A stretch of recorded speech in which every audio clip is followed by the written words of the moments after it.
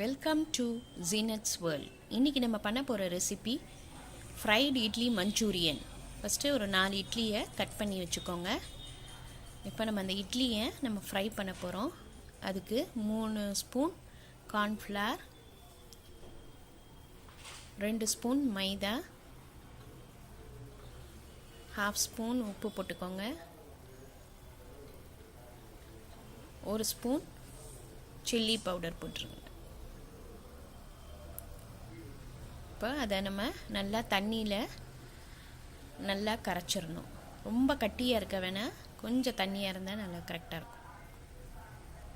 இப்போ இதை நம்ம நல்லா கரைச்சாச்சு. இப்போ அந்த கார்ன்ஃப்ளவர் மாவில் நம்ம இட்லியை முக்கி நம்ம எண்ணெயில் ஃப்ரை பண்ணணும்.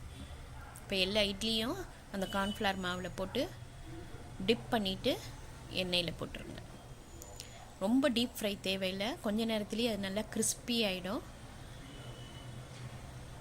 நம்ம எடுத்துடலாம் சீக்கிரமாகவே. இப்போ இட்லி நல்லா ஃப்ரை ஆகிடுச்சு. இப்போ நம்ம அதை எடுத்து ஒரு பிளேட்டில் வச்சிடலாம்.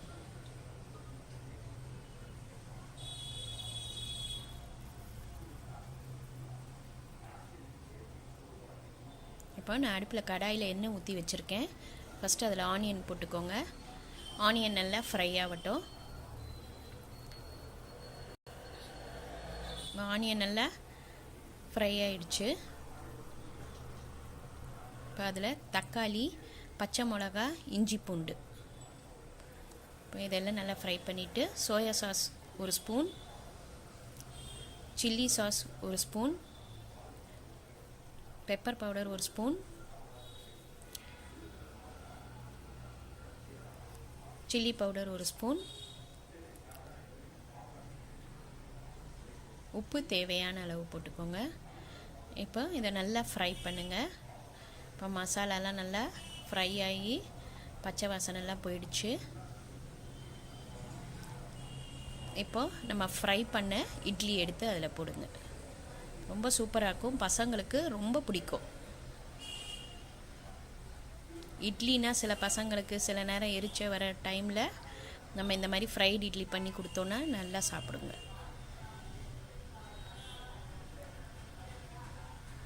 லாஸ்ட்டாக குடமிளகாவை கட் பண்ணி அதில் போட்டு ஒரு லேசாக ஃப்ரை பண்ணால் போதும். இப்போ நம்மளோட ஃப்ரைடு இட்லி மஞ்சூரியன் ரெடி ஆயிடுச்சு. இப்போ நம்ம ஒரு தட்டில் எடுத்து வச்சிடலாம். இது ரொம்ப ஈஸி டிஷ்ஷு. இன்றைக்கி ட்ரை பண்ணி பாருங்கள். லைக் பண்ணுங்கள், ஷேர் பண்ணுங்கள், ப்ளீஸ் சப்ஸ்கிரைப் பண்ணுங்கள். உங்கள் கமெண்ட் எனக்கு அனுப்புங்க. தேங்க்யூ.